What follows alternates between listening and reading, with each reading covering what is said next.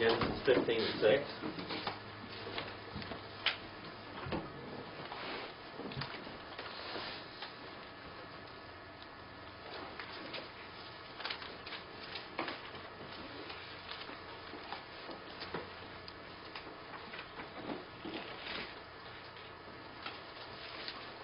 Let's look at it for just a moment. We're studying the book of Romans also. Look at Romans also. Someone read that for me in Genesis 15 and 6. Who's there? In any translation? Phillips. And he believed in the Lord, and he accounted it to him for righteousness. All right. He believed in. All right. Here's one for you, Rebecca. All right. Now in Hebrew it says, we had amen. We had amen. Ba. And however we say, how do you say the name of God? That's it. It's like, all right. This is the name, Ba. Ba. However you say Jehovah. Wa. Yah. She. Baha. Lo.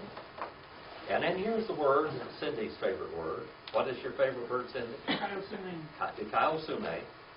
And that is the Greek equivalent of this word here, which is like Zedekiah.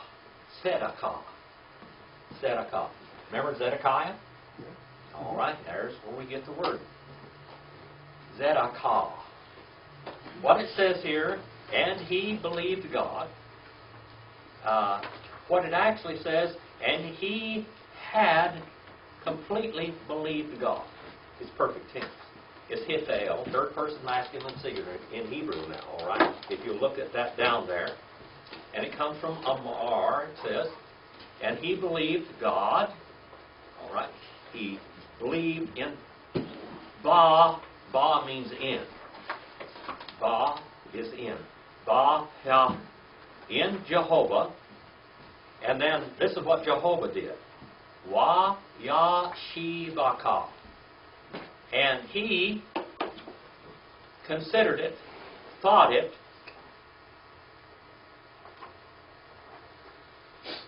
he placed Abraham in his mind as righteous. He looked at Abraham as righteous. All right? Abraham believed, basically, in this also, he believed in the Word of God. And there's a lot to that. Do you see that in there? He believed in God's words. He believed in God's promises. I want you to remember, as we look at this now, maybe you haven't thought about this, but Abraham's way back yonder, isn't he? Way on this chart, he's over here. This is where Abraham was. Way over here in the promise. Now, he believed God.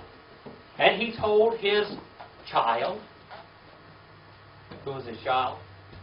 Isaac. He told Isaac, we don't have anything right now except a tent to live in. But God's going to give us all of this land. And in the Hebrew it says God's going to keep on giving it to these children from generation after generation after generation after generation. It's the, what we call wild consecutive imperfect. Okay? Just keep on giving it to you. It's yours. And He's going to keep on confirming every generation. Have they got it yet? No. Now, how many thousands of years ago is that? How many of you seen Abraham? How many of you been in Abraham's tomb? Anybody here? I've been there. Boy, now talk about something.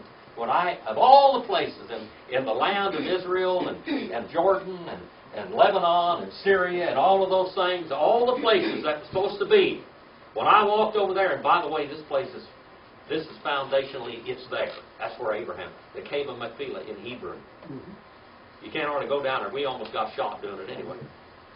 Well, we did. That was 1975 or 76. It was right at the end of the year, so I don't remember what year I was there. I was either at the end of 75 or beginning of 76. And they were fighting up a storm, and they had guns all over the place. But I was there. I think I risked my life going there and being in that place. And you know what? I'm glad I did. To me, that's one of the things that I remember. This verse right here. I thought about this verse right here when I was there. And Abraham believed in the word of the Lord and God's promises, okay, in Jehovah. And Jehovah considered it, thought it, looked upon him as righteousness, as righteous. He considered it to him. And by the way, I'm telling you the page numbers to look up all of these words on in Brown Driver's Graves, and sometimes even in the K&B, Calvin Baumgartner.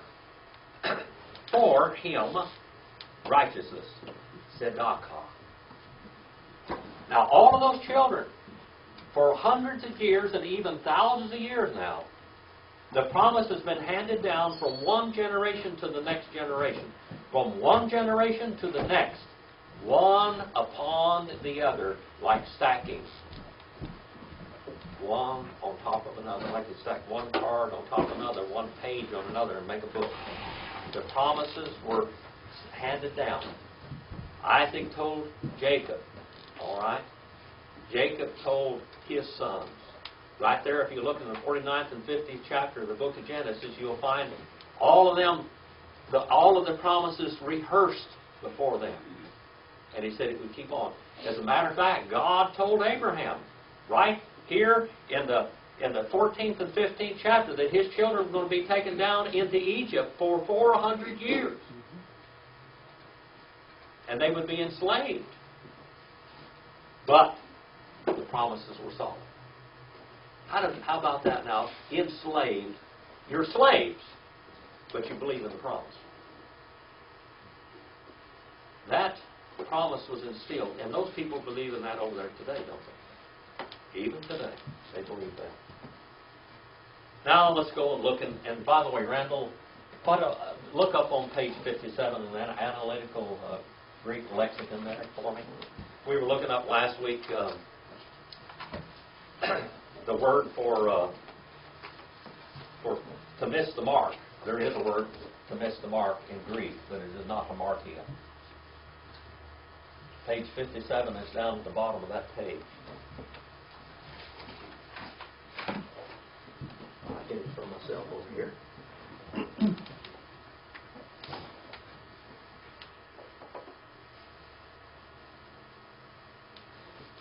There's the one.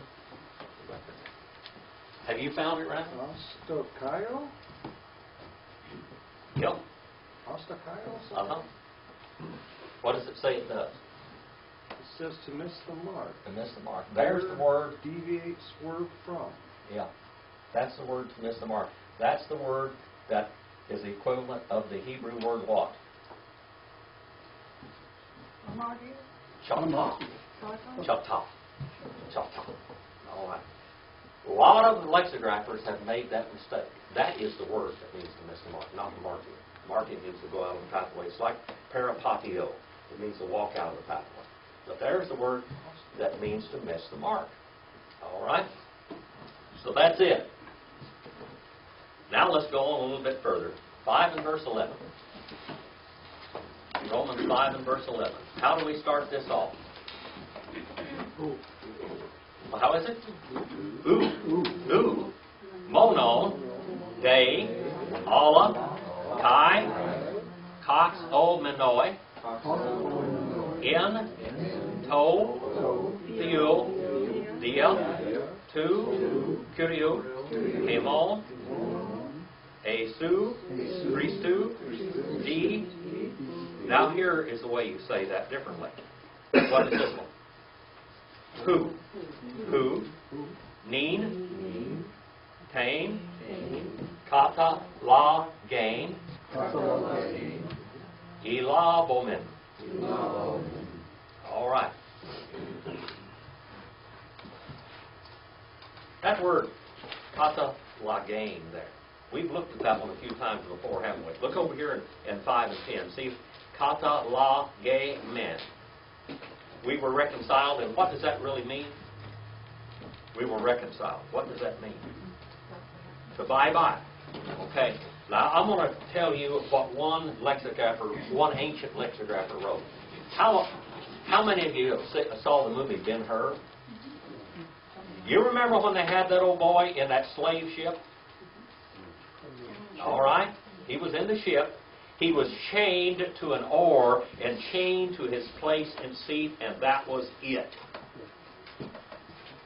This term here was also termed to buy out of slavery. Now, when a man was condemned to death, he was condemned to be a rower in a warship, is what they were. And they would tie them to the oars, and they would take them a bowl of soup or a bone to chew on or whatever else, and they would eat and they would drink tied to that oar. There weren't any restroom facilities. They were right there. They lived in that stench and squalor and filth until they died right there, and they'd take them and throw them overboard and put another one in his place. Throw them overboard and put another one in his place. That was a living hell. A living hell. I just equivocate that with being bought out of that. Being bought out of it. Bought out. Condemned. And put in that to die there. That was the last place. This is the last smell you're ever going to smell, the last sight you're ever going to see. Whatever. This is where you're going to die. That's the place. Now, sin has a hold on us like that, doesn't it? In this world. We're chained. Is that the same thing as redeemed? Same word? Yeah, well, you're bought out. You're redeemed out of it. Reconciled and redeemed? Reconciled and redeemed. Yes. Brought back. You're bought back. You're paid off. Your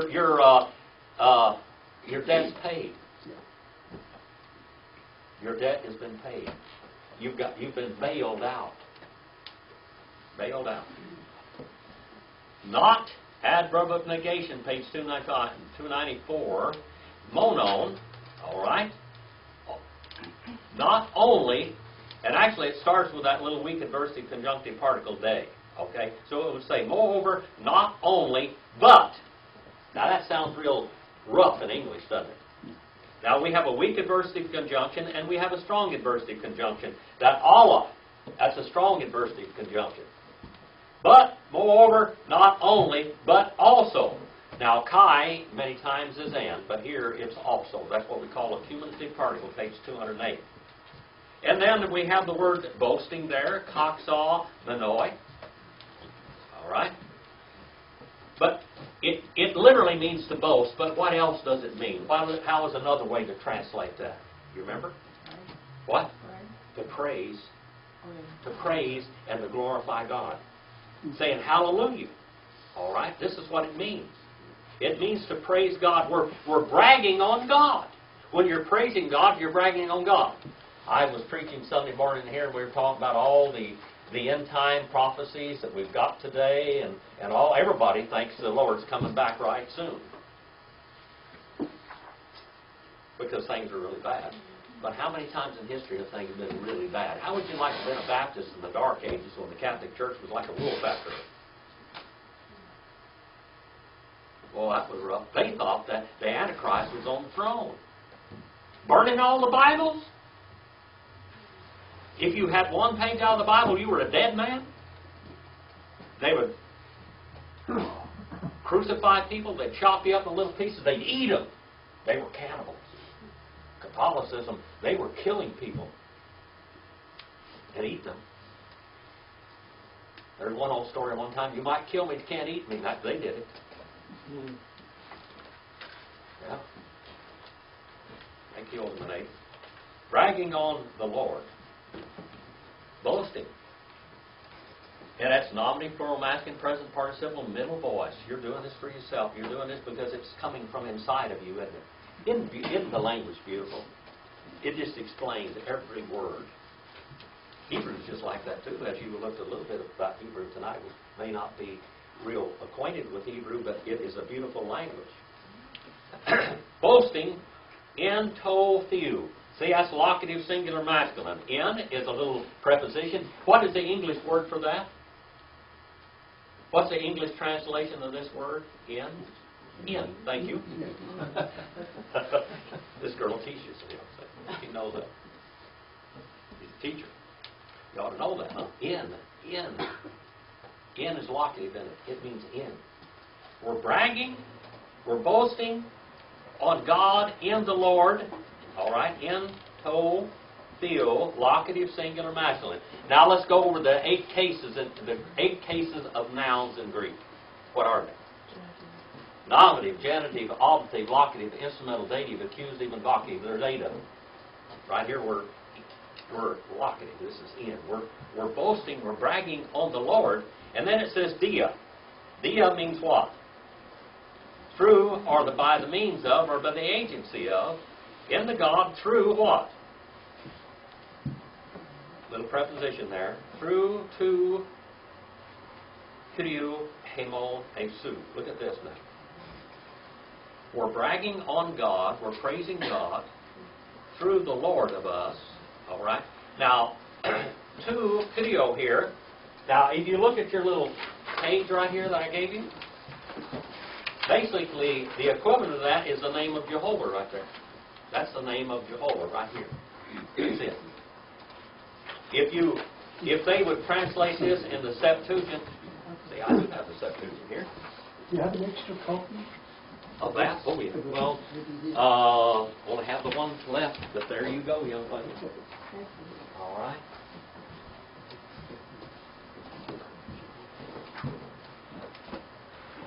Let's see what Genesis has to say here to us.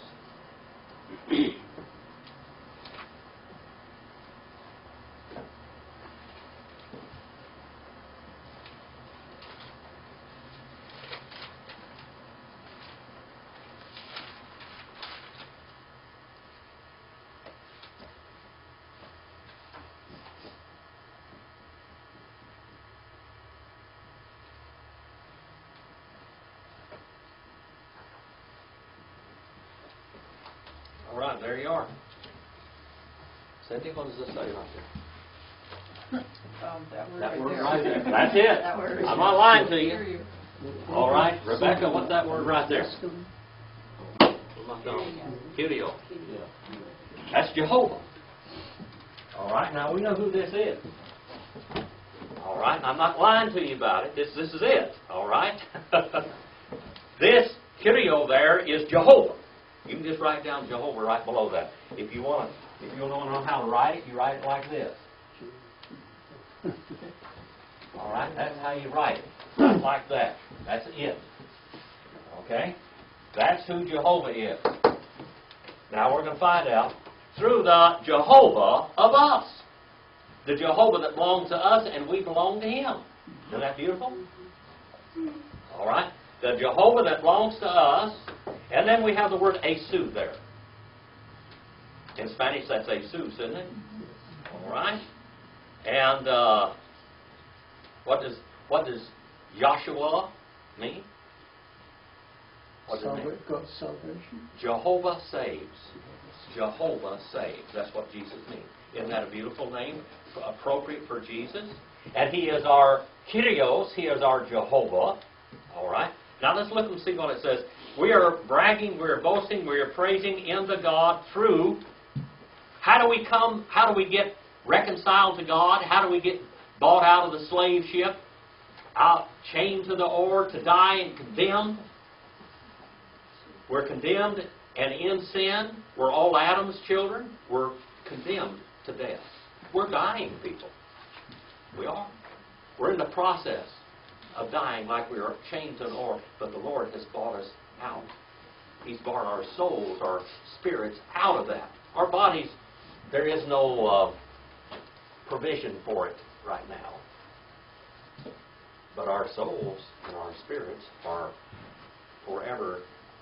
We have a el peace. What does el peace mean in Greek? We have a hope. But what does it mean, LTs mean in Greek? Hello? Huh? Guaranteed future existence. Guaranteed. Without a doubt. No ifs, ands, and buts about it, all right? All right, the Lord of us, Jesus, Christou. Now, what is Christou? That comes from the Greek word kreo. Kreo. All right? But what does it mean? The Hebrew equivalent is Hamashiach. All right? He is the anointed one. He's the one that's picked out. Jesus was born the right day, from the right family, in the right town, in the right continent, in the right state. Exactly. The Lord of us, Jesus Christ, the Jehovah of us, Jesus Christ. And then it says D there. Now D comes from what? It's a contraction form of what? Dia. All right? By the agency of whom? All right? Now up here in the verse, the same verse above, the first word in that verse is what? That's an adverb of negation, but it's spelled exactly like this relative, this genitive, singular, masculine, relative pronoun. But you see it's got a rough breather on it with a circumflex over it. All right, D, who, through whom, neen. If I say to you, Dakota, agomanin, what does that mean? We're getting out of here now. We're leaving now. Neen. All right, neen. Through whom now what is that word now?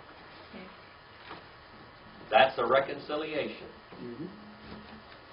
You can cross-reference to that word right there. Zedekah.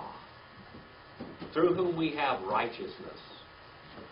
Through whom we are placed as righteous before the sight of God. All right? This righteousness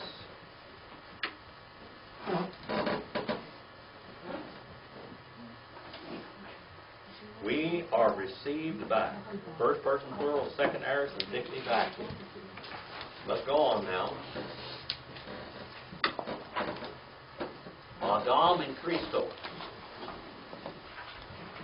5 and verse number 11. 12, I mean. 5 and verse number 12. How do we start that off? Dia tuto. Hosper. Di. Hinos. Anthropo.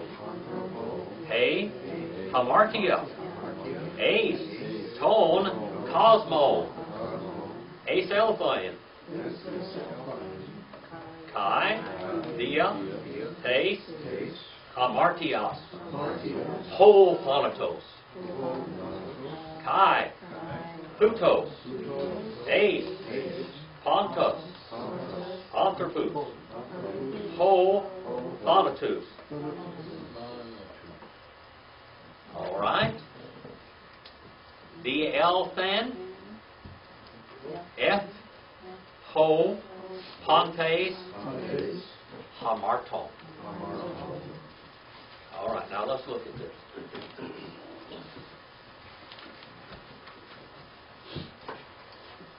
Because of this, therefore, that's kind of what we call an idiom, that dia tuto. Because of this, through this, we have a little dia preposition, and tuto, we have a demonstrative pronoun. Through this, or by the means of this, as hosper, as, that comes from host and peri, just like as, or just as, through one, just as, through, or by the agency of one man, anthropo. Anthropo. We get a word anthropology from that word. Anthropology. What does anthropology mean? The study of man. The study of man. Anthropology is a Greek word because anthropology is a scientific evaluation of the study of man. Remember, all legal terms are Latin and all scientific terms and medical terms are Greek. So that's where we get it. All right. Anthropo. One man, the hamartia. Now what does hamartia mean? It comes from amero, and what does that mean? It means to cause destruction, to go out of the pathway. It like a river or an aqueduct that breaks the banks and it destroys. Okay? It is not to miss the mark. It is to destroy and go out of the boundaries. To go out of boundaries and destroy. Okay? Unto the sin, all right? Into tone cosmo. Now, what does that word ace there mean? That's on page 119, Cindy. Extent or limitation of a verbal thought or action. It's extension or limitation of thought or verbal action. Extension or limitation, that's the idea of the action. All right? A sin came into the world through a man, tone cosmos. In Genesis 1, it says, Barashith bara. In beginnings created Elohim, et hashemayim ve'et haaretz, the heavens and the earth. All right? All right? That word there, heavens there, is the equivalent of this word cosmos. When he created the heavens. And then it says, and the heavens, or the earth, that is, the earth, it says, we haaretz, the earth, hafya tuhu wavuhu, and the earth she became formless and void. Sin, before man was ever put on this world, sin had already thrashed it once. Then God reconstructed the earth, and he placed another administrator on the earth. The first administrator was who? Satan. Satan just thrashed everything, didn't he? He was the thrasher. He thrashed the earth and destroyed it. And then God put it back in order, and he placed another caretaker over it. That's mankind. I'm going to tell you something. This earth is not ours. This earth is God's. Right now, old Satan still has a hold of it, doesn't he? You can see that, can't you? All the storms, all the sickness, all the disease, all the meanness. I went out to you know where Booney's Hardware is? Out there on Pass Highway, you know, in Pumpkin Center, the big metropolis of Pumpkin Center. I live well out there in that direction, see. I had a case of the Adamic expression yesterday out there. I went in there and I bought something, and I had 55 cents coming back and a receipt. And this little thug jumps up in front of me, and he was buying some seeds and everything else, and he grabbed all this stuff and he put it in his pocket. And I just kept waiting there for a while. This is Adamic nature, see, that's what I'm talking about. And he kept looking over there like this at me around. And look, that guy looks like a thief. Well, I said, but he's doing something bad. Well, I stood there for a while, and finally, I asked her, I said, can I have my receipt and my change? She said, I gave it to you. And I said, no, you didn't. The guy took my receipt and my change, and he went just like this off that table. The way he went. It's only 55 cents. She owed me 55 cents. I walked back in there today, and she said, oh, Mr. Phillips, I am so sorry that little rascal stole your money yesterday. I didn't know what, I would have given it to you then. So she gave me the 55 cents. She said, did you come back after your 55 cents? Because I asked her, I said, where's my change? She said, I gave it to you. I said, I don't have a receipt, and I don't have the change. And the guy walked out the door with 55 cents. You know what caused him to do that? He's related to this dude right here. And his wife got involved with that Nahash. Say that. Nahash. That's the serpent, which was embodying Satan for the time. The man, the sin, into the cosmos. It came. The sin, it came into the cosmos. All right? Else a thing.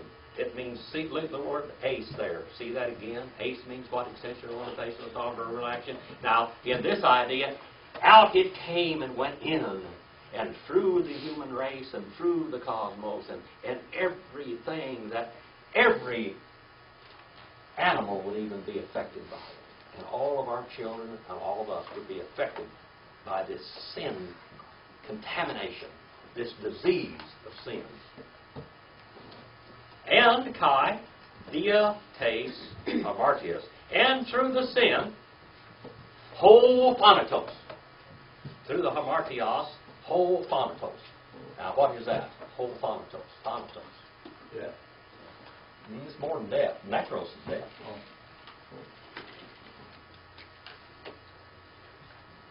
Necros is death.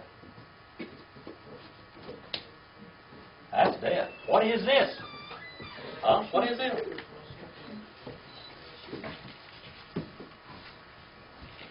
Thanatos. What is this? It's death, all right, but it's more than death. And through the sin, the total, complete, eternal separation. That means eternal separation here, people. Now, the infection into the human race causes necros. It causes death of the body. But this is spiritual death. This is complete spiritual death. Spiritual death. And then it says kai. Now you can say and, but that's not what it is here. It says also or even. So, in this manner, that little adverb there, hutos, eis pantos, unto all, in and through all anthropos. I know what happened to that guy out there in Pumpkin Center yesterday. He was Adam's relative. That's what was wrong with him. Adam's relative. And then it says, the thanatos, the death, through past. Through past, third person singular, second aorist, indicative active. Dia heterkomai. It passed through upon, epi, page 153 and 4. That word F there, F, that comes from epi. It's changed from epi to F for what? Euphone, which euphone means what? Good sound. It sounds better. The alphane F, ho, see there? Upon which, that's dative, singular, masculine, upon which all they have sinned. First person plural or third person plural. Right here is third person plural because it's talking about all. All they have sinned. All have gone out of the pathway. They've gone off on the wrong track.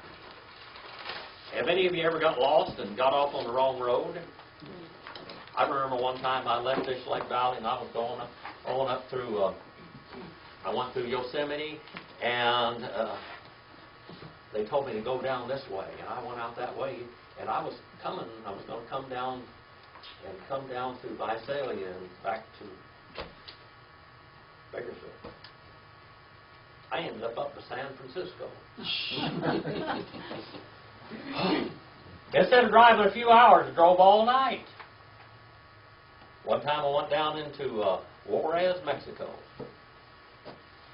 Got down in Juarez, Mexico. I was going to go down there and get my seat covers covered down there. You know, they said you can get that done real cheap. This is about 1970 something.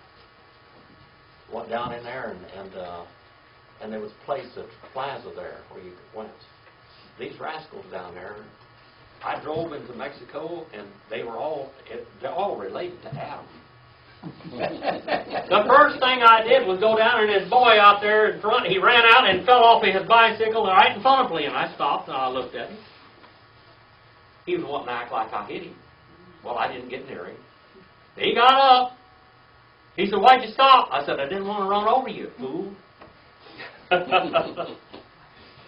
went on down a little further, and they run in trying to reach their arms in the windows and everything else. And then these guys said, "Where are you going?" I said, "I want to go to the place that where they have the upholstery done." He said, "Okay, follow us." And I came to the sign that said the plaza went that way, and they turned this way. And he said, "Follow me." I got down there, and all these guys were Adam's relatives. I've always been kind of Wild West anyway. I got down there and I pulled into this place and they run back back after me, and after a little while, I walked down a mile or so, and I knew that they were trying to hijack me. And here they came out. All of them came around me, and I pulled the gun out of my pocket, just like this. Gone. I mean, they took off. And I got back in the car, and I headed back to the United States. Didn't stay there anymore. I was surrounded by Adam's relatives down there. Nothing but outlaws. Didn't get your seat covers covered. I didn't get my seat covered, but I kept my hide on. Learned a valuable lesson. 5 and 13. A creed. Guard. No move. Hamartia. Look at that word. It just keeps jumping out at us there. Cosmo. Hamartia. Dave. Ook. Elogete. May. Ontos. No move. Here we have a little word, and little. It means akri. Until. Or until law, sin, it kept on being in the world. Now, way back yonder, even before man was put on this earth, sin kept on being in the world. Them angels out there, about 1/3 of the angels and spirits have sinned, haven't they? See that word? Sin? Until the law, sin kept on being. Look at that word aim there. That's third person singular imperfect indicative active. Kept on being. That's the idea of continuous action now, okay? Sin kept on being in the world. John 1:1 it says, in arche. That's another form of this. In the absolute extremity, locative singular feminine, way back yonder, Jehovah kept on existing. But Jehovah did some creating. And evidently, one of the first things he created was spirits and angels, and then he created some material, which was the universe. And some of those angels started thrashing the place and rebelled and tried to displace God. Well, sin kept on being in the world, so God reconstructed the earth, and he put Adam on the earth. And Adam's job was what? What was Adam's job? He was a guardian of this earth. He was the administrator of the earth. And the first thing he was supposed to be guarding was what? The garden and his wife, his counterpart, that beautiful girl that he had. He looked at her and he said, my footprint. That's what he said in Hebrew. My footprint. He looked at her and God gave her to him and he said, my footprint. He said, she looks just like me. She casts a shadow. She stands upright. She's got feet and hands. And she makes footprints just like me. That was the Hebrew idea. Make footprints just like me.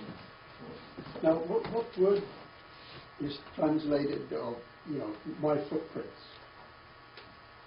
I'll get into that a little bit later. Okay, because if I chase that rabbit, it'll take too long. It means my footprint. Yeah. My shadow. She's just like me. She's my shadow image. Now, is that either in the name Eve we're talking about? No, Eve means living. Okay. How about Isha is woman, which means out of man. Okay. Okay. Let's go a little bit further. We don't going to get hung up too much on that one. He was all excited. But sometime or another, for some reason, he walked off and left her and let her be influenced by this bad guy. Do you think he was playing football or what? No, he went golfing. Golfing. That's what the story was. Golfing. Is that right? Well, he was doing something. Sin kept on being in the world. In the world, in the cosmos, sin kept on being. But, weak adversity conjunctive particle, but not. It was calculated, it was reckoned not being of law. Even, now the law was right here, wasn't it? That's the law of Moses was right here. Was there a law in the garden? What was the law? Don't eat. That was the law. Yeah. That's God's law. Uh-huh. All right, now look over here. Now we have the age of conscience, After they ate, what's the responsibility now? Do good and offer a blood sacrifice. All right, now after what happened? Then they had the flood because they failed that way. And then what was the responsibility over here? Scatter and multiply. And what did they do? Nimrod built a tower and had a one world empire. Okay? And they didn't scatter it, so they failed. And then the next thing, now what is this? The responsibility was to dwell in Canaan and keep the law. All right? Here's the law. Now what was the law with them? What was the responsibility? To dwell in Canaan. But what did they do? What was the first thing that old Abraham did? When God told him to dwell in Canaan, what did he do? They ran out of food, and he went down to Egypt, which is the type of the world. He went down there, and the first thing he did was what? Sold his wife. Sold his wife? The one whom the promise was supposed to come through, he sold his wife. That's probably the smartest thing he did. Now, Brother Bill, Joanne's not here. We're going to tell her about it. I'm going to give her this thing. Probably the smartest thing he did. All right. He sold his wife. And God told him, and then he sold her again. He sold her 2 times. I thought he was afraid of what would happen to God. him. And he just said she was his sister. But he sold her. He sold her. Where did you get that? He sold her. How did he get all the money? Now God promised him money, but you know what? Pharaoh said, take the money and take all this stuff and get out of my sight, and do not take your wife and leave. Take your Ishtar and leave. Get out of here. And then the next thing he does, he runs into another guy. And he says he's afraid of him again, and what does he do? He sells his wife to him. And then he told him, he said, take this stuff and get out of here. He plagued him. And then he said, now, Abraham, because you've done this, your children are going to be in Egypt for 400 years. But I'm still going to keep my promise. I'm still going to keep my promise, but because you've done this, they're going to be down there for 400 years. And God told Noah that was going to happen way back in Genesis. He told him it's going to happen. They're going to be down there 400 years. And then he explains later on to Abraham why. Because of what Abraham did. He went down there. So he curses his children. What you do curses your children. It does. All right? It was reckoned. The law, death, still reigned from Adam to Moses. It did. They all died. Because they were all under sin. They all necros died. Not all of them thanatos died. Necros, it means we die, our bodies die. Every one of us. There's only 2 people that haven't died in this world. Who are they? Elijah and Enoch and Elijah. Enoch means teacher. And what does Elijah mean? Jehovah is God. Jehovah is God. All right. There we have. Teacher and Jehovah is God. The only ones that didn't die. But all the rest of us have. And those 2, because they didn't die, God's not going to send them back in the tribulation period to be the 2 witnesses. Because they're a type of what? They're a type of the rapture. They're a type of the rapture. Okay? All right. 5:14 now. 5:14. There's a lot of theology in these verses. All of them. Ibasalusen. Ho. Thanatos. Apo. Adam. Mekre. Mosios. Mosios. Sound like Mosey in the law, doesn't it? Kai. Epi. Tus. Me. Hamarte Santos. Epi. To. Ho miomate. Taste. Parabasios. Adam. Hos. Estin. Typos. 2. Melontos. All right.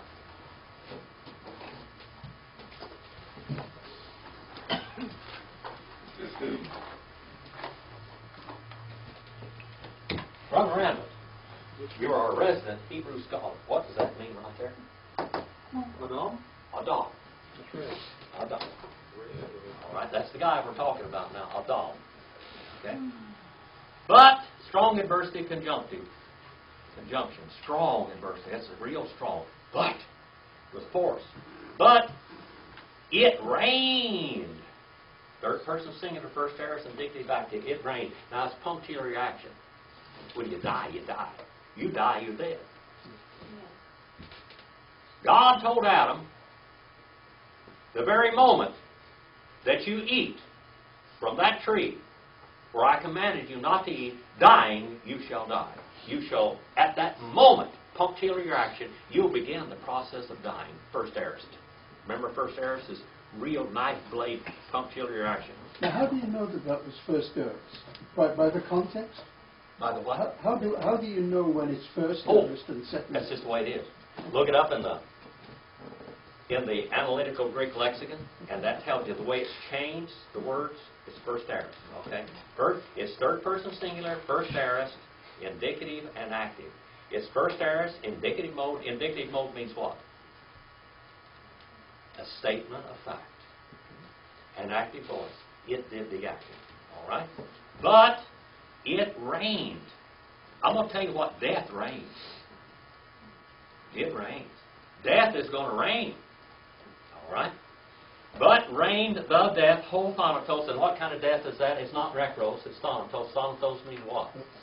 Separation. Thanatos, separation. Spiritual death from Adam.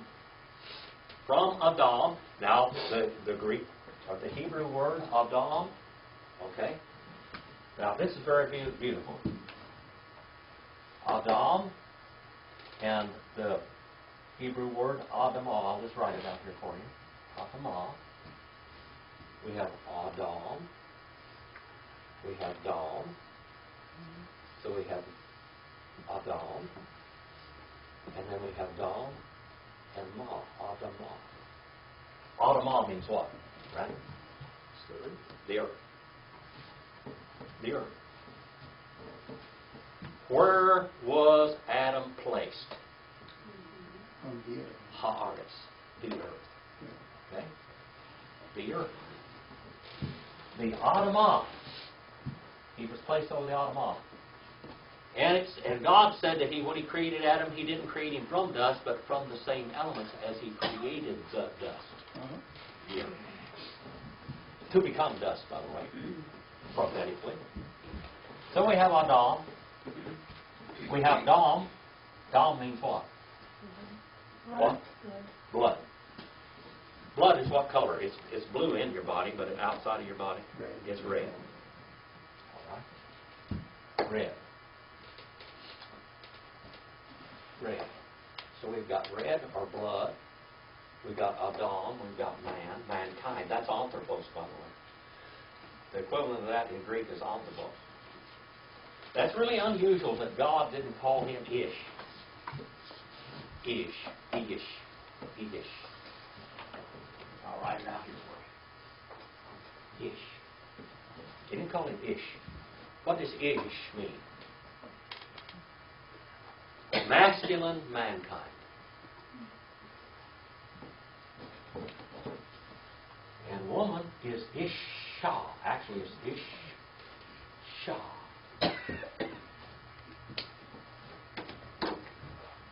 Isha. Isha means what? Woman or out of man, literally in Greek and in Hebrew and in Hebrew and in English, both. Ish, woman means out of man. Okay? Ish and Isha. Let's go back over to Adam. God called him Adam. He didn't call him Ish, He called him Adam. That was his name, Adam. In the Bible, we see Adam, all right? We see the earth, Adamah, and we see Dam, blood. Now, Adam, because of his sin, would die. And because of Adam's sin, he would see his son that he thought was going to be the Messiah. He would see his son cut his other son. He would see, who was the boy that they thought they had gotten the Lord? Cain. And Cain slew who? Abel. Who? Abel. Cain slew Abel. Now Cain was the patriarch of his family after Adam was going to die. Cain was going to be the patriarch. He was the number one. He was going to be the heir. Now, Abel was never his threat to him at all. He was never going to be the head. It was always Cain. They thought this was Messiah. Okay? And Cain got mad and he slew Abel. Now, in Hebrew, it says that he kept on slicing and cutting and stabbing and slicing and cutting and stabbing. This was one of these Jeffrey Dahmer type chop them up in little bitty pieces murders. It said he just kept on doing this to him, just chopping him up and shedding his dam, his blood. And his blood, it says, fell on the earth, and the earth, the mouth of the earth, swallowed it up. And God says, He said, where are you? What's going on out there, Cain? Jehovah spoke to Cain. Did you know that? Jehovah spoke to Cain in person. Jesus walked in that garden, out in that area, wherever near that garden was. He walked there and he approached Cain. Cain, what the first thing he asked him? Where is your brother? And he said, what? Am I my brother's keeper? Well, sure he was. And he said, where's your brother? Boom. You know what it says in Hebrew? That he tracked him down and went out there and got him outside there and cut him up in little bitty pieces and murdered and slew him. The word slay, it means to butcher him. He butchered him. He didn't just... He butchered him like they were butchering a sacrifice. He butchered him. He drained all of his blood out on the ground. When you butcher an animal, you keep on cutting it, don't you? Until you got it cut up. That's what he did to his brother. And then he says, his blood cries out to me from the mouth of the earth. His blood cries out to me from the mouth of the earth. Boy. But reigned the death from Adam unto Moses, even upon the ones not having sinned. Even upon the ones not having sinned, upon the likeness in the same way as Adam or Cain. Of the parabasios. That means the stepping aside. Again, we see the word hamartia. That means to go out of the boundaries of a canal bank or something and cause destruction. I remember in 1952, I lived over in a little east of Bakersfield, down there on the Edison Strip. You know what that strip was down there? The Edison Strip, that was one of the rough places where the old Okies went down there and all the dancing, all the bars were, all that kind of stuff. I lived right down there in the midst of it. Right off from the Sad Sack and all of those other places. And when that earthquake hit in 1952, that earthquake was so violent, was it 7.9 or something like that? 8, somewhere around. It threw all the water out of the canal bank. Threw it all out. There was water all over the yard. Water in the yard, water in the house, fish flopping all over the ground, crawdads crawling all over the ground. Tadpoles and frogs all over the place where they weren't supposed to be. That was out of the way. Sinned, having sinned upon the likeness of the parabasios, the stepping out of bounds, the transgression of Adam, who is the typos. How many of you have ever seen a typewriter? I still have one. Marilyn uses it almost every day, a typewriter. That word typewriter came right out of this. This word type means to strike. It means to strike and make an imprint. Upon the likeness of stepping out of bounds of Adam, who is the typos of the one coming. All right? the press-out image, the made pattern. Old typewriters had a hammer, and on that hammer was a little image carved out of metal, and when it hit a ribbon, it left an imprint. A typos. Typewriter. All right. 5:15. All. Ook. Tos. To. Paratoma. I'm going to tell you, every one of these words means the same thing. Paratoma. Hutos. Kai. To. Charisma. A. Gar. To. To. Henos. Paratomati. Hoi. Koloi. Apethanon.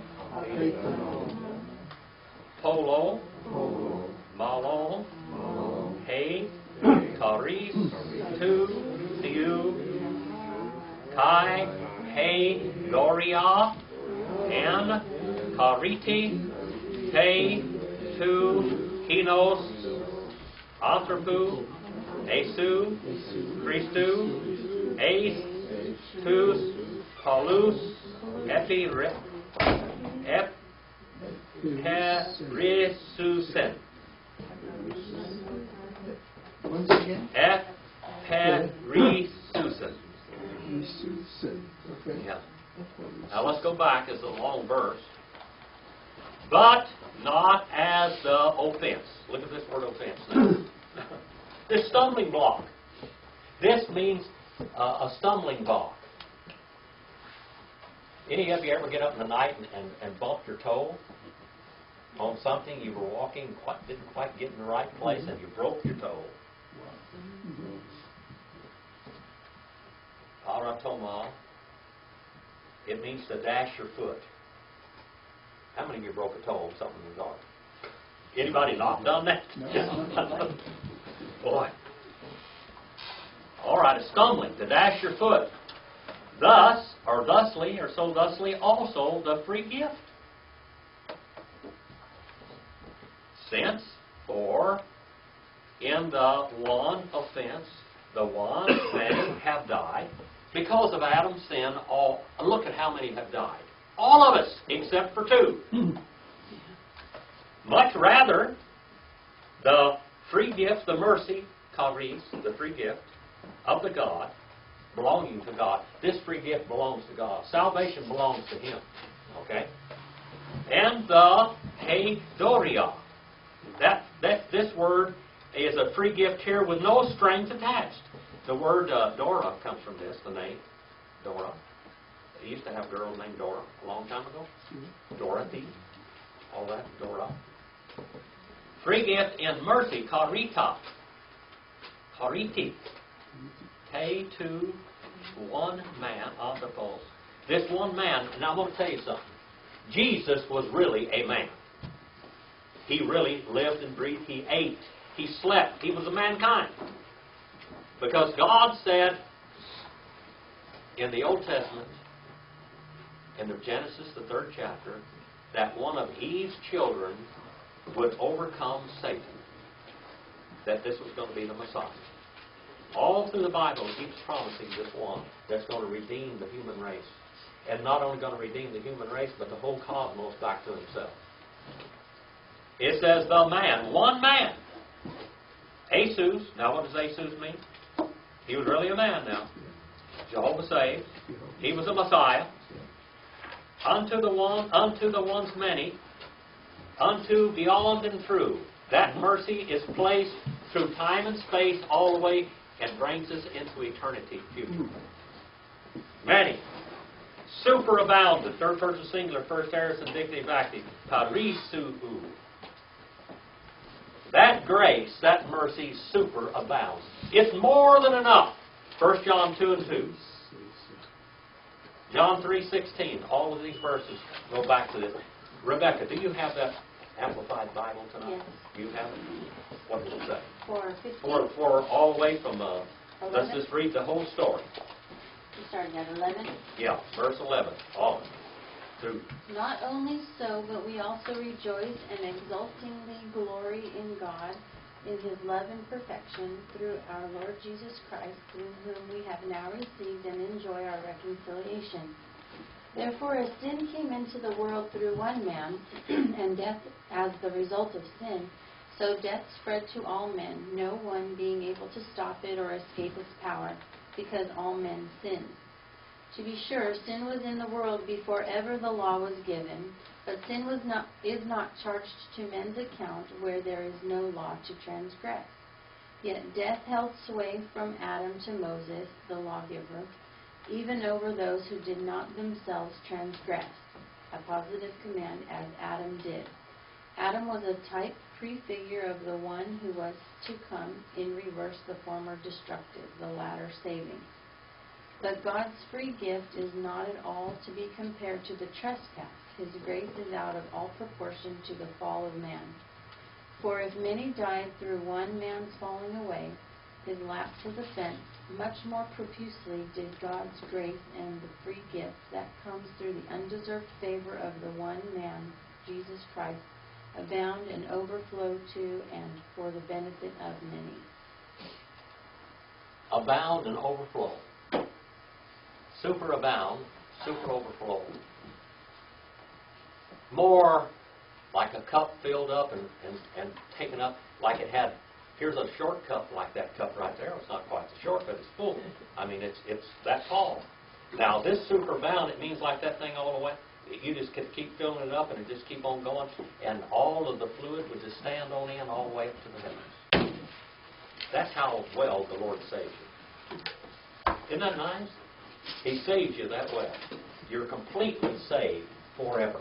You have a hope and peace that is absolute guaranteed in the future.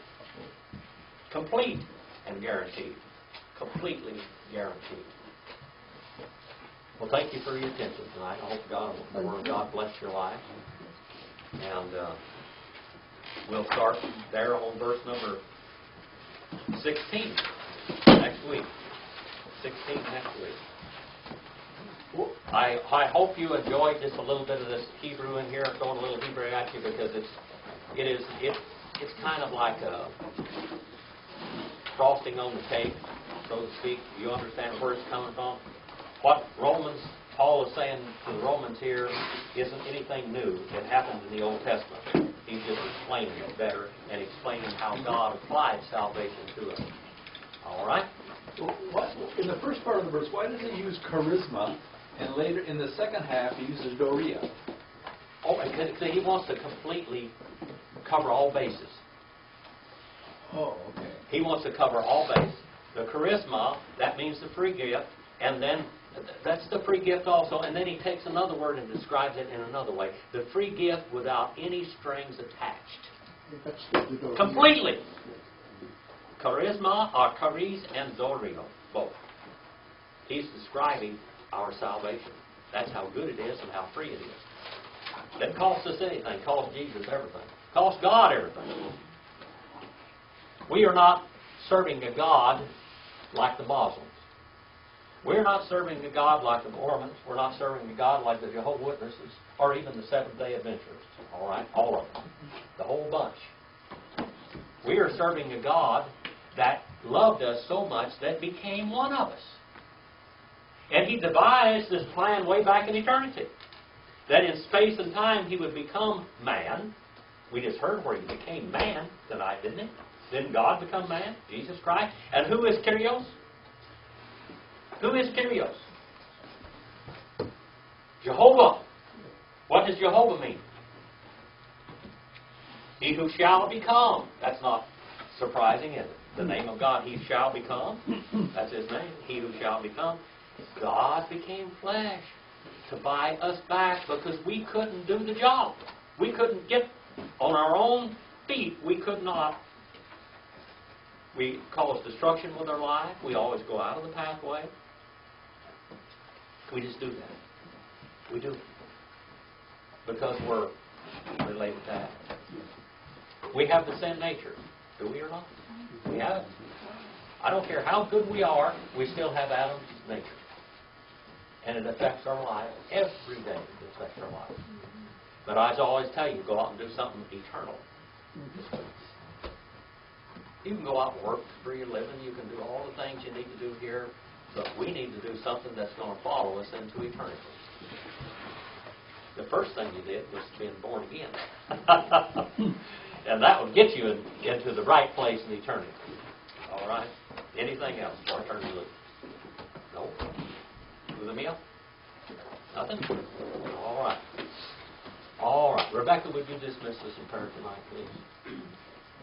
Dear Lord, we thank you so much for the wisdom that you've given us tonight, and we ask you to be with us this week so that we can use what you've taught us and apply it in our lives and just show you to the rest of the world around us. Help us to be your light and guide us through this week and bring us all back again safely next week. In Christ's name we pray. Amen. By the way, I teach in the same classroom on 9:30 on Sunday morning. Dave is my prayer leader there. And we're studying the book of Ezekiel right now. Eschatology.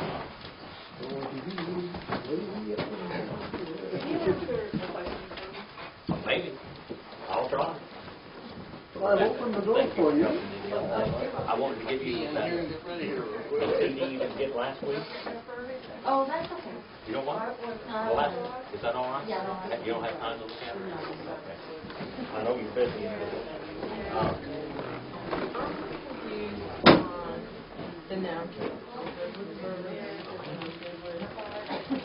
Okay, nominative is the case of the subject. That's I'm doing something. Genitive means it is a specifying with or of, belonging to. Oblative means where you come from. Locative, it means inside, tonight. Okay, all right, locative, do that one more time. Locative, that's in. In. We're in Christ. Okay, so, In Christ. okay. For in grace you're having been saved, okay? Okay, All right. some of the other ones made more Okay. sense, but that one and Locative. this one. Okay. Oblative, you came out.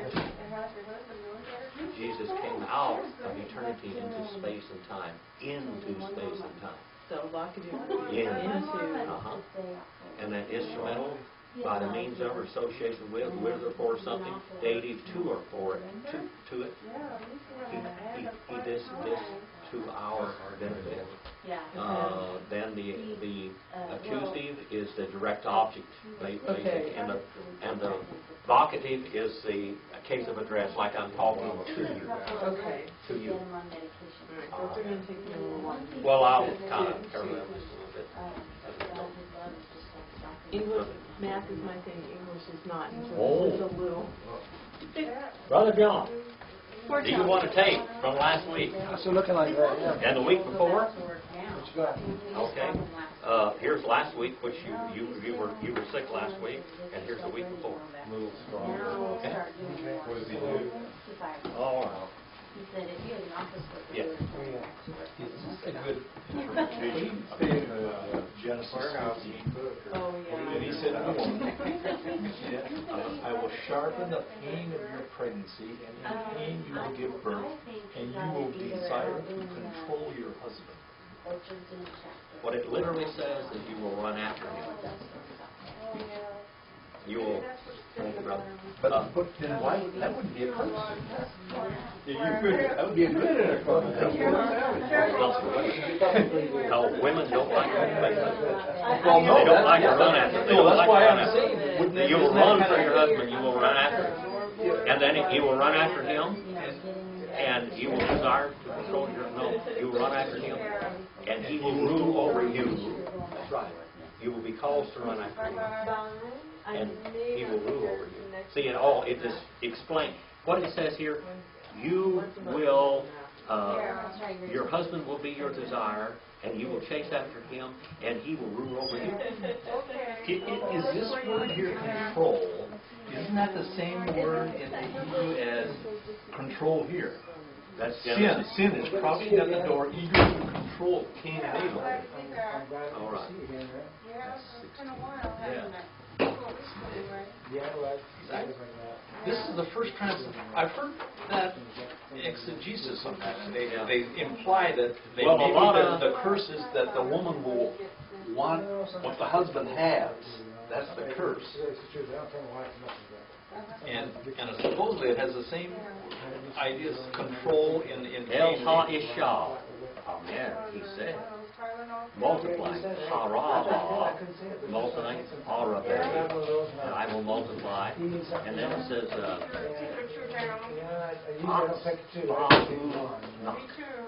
I will multiply your sorrow. And then it says, we hara knock, and your conception in pain, you shall bring forth children, banot, banim, and unto your husband you shall your desire, you shall run, is what it really means to run.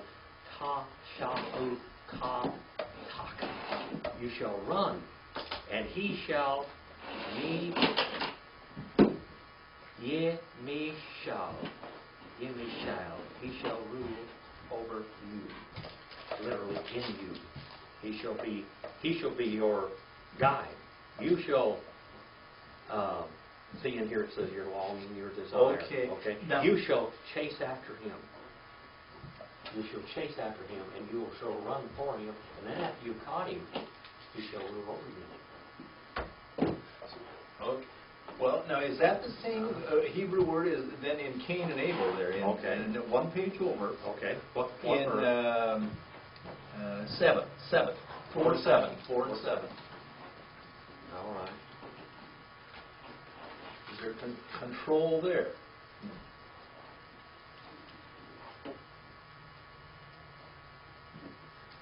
That's rabak. And here we have the word is ta, sha, u, ka, tak. That's not the same word. It's a at all. different. It's a different word, yeah. It It's not is the same different. word. Oh, It's really? not the same word. Okay. That word again. Well, control. Seven. Okay.